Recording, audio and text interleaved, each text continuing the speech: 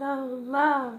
Welcome home to Eden, where we share the greatest food of the Garden of Life. All right, we got to talk about the forbidden cookie. I keep trying to talk about her. I am having such a great foodie day today. Before I go out into the mystical rain and the cold fall day to do my solar work, I have taken maple yogurt with Kahlua coffee ice cream. And you know, it's such an amazing combination of flavors, those two things together. And then I made a tea with pulverized ginger and mangosteen pericarp. Mangosteen heals everything from arthritis to toothaches, and it's bitter, really bitter. So I love this combination of these spicy bitters next to the really sweet. All right, so the delight in eating, the delight in the magic of food, of the magic of the goddess. We don't get the goddess. We don't get to have her without enjoying our food.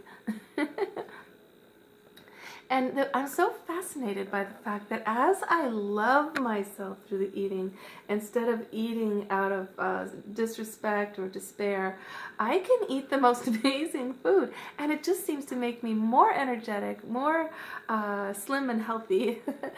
It's all in your mind, darling. It's in your mind. And I knew this. I knew this when I was in college. So here we go to the forbidden cookie. We got to talk about her. I was a dance major. I in my video I just left up there about being dyslexic is the preamble to why I could only take dance classes, basically, and some art classes when I went to college. There's only way I could do it had to do with my dyslexia. So I was at the 5 college area, so I took dance classes at every college. Smith and Mount Holyoke and Hampshire and UMass, and I loved it. And I found, though, that there was this problem, which is that I blossomed pretty much early into a feminine, womanly body.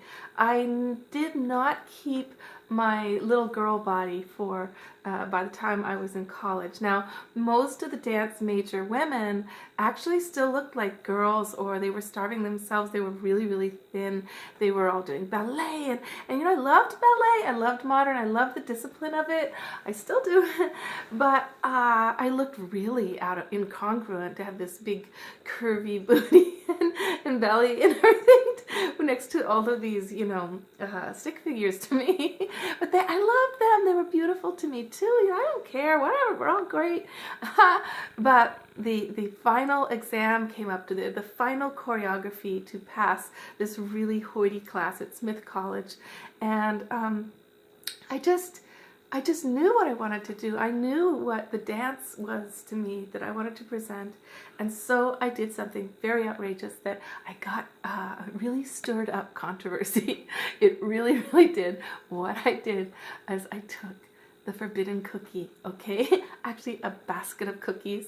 I took them onto stage and I laid out a picnic blanket, and with my belly exposed and my sensual body reclining, I ate that cookie nice and slow with all the sounds that go with loving eating your cookie. Now, the women, the dance majors, they were in tears. They were covering their eyes. They were their stomachs were hurting. There was this outpouring of rage and anger and feeling after doing this, because most of them were bulimic. Most of them were anorexic. Most of them were sacrificing the love of their femininity for the dance, even though the dance is to go for your dance is such a feminine thing to do, such a womanly thing. Like, that's the first thing they do when they want to disempower the witches or something, is you just make the women not able to dance. Dance, on one hand, being the thing that empowers us, embodying our femininity, but to starve ourselves to do it, it's the total miserable, cruel joke of reversing the whole desire to dance, right?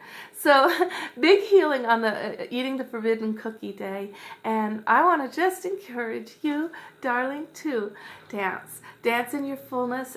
belly dance celebrates us as we are. And actually what I discovered in college was that African dance is the most erotic, most aerobic, most totally celebratory of boobs and hips and booty and neck and spine and the fluidity of the kundalini, that and belly dance. But belly dance has a way of still sort of bringing you into I am being viewed, whereas the African dance is so powerful, and you can really only do it, I felt I could really only do it with the help of the ancestors, of the spiritual path that goes with it, because otherwise aerobically it's almost impossible.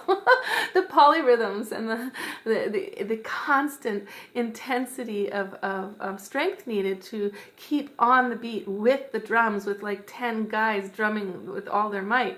You need the help of the ancestors, which brings you into a fascinating dialogue with something that Western people, American people especially, have lost.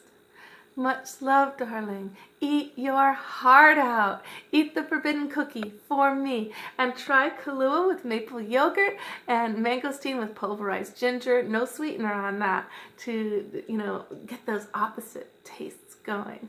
Love life, darling. Love your life. Welcome home to Eden.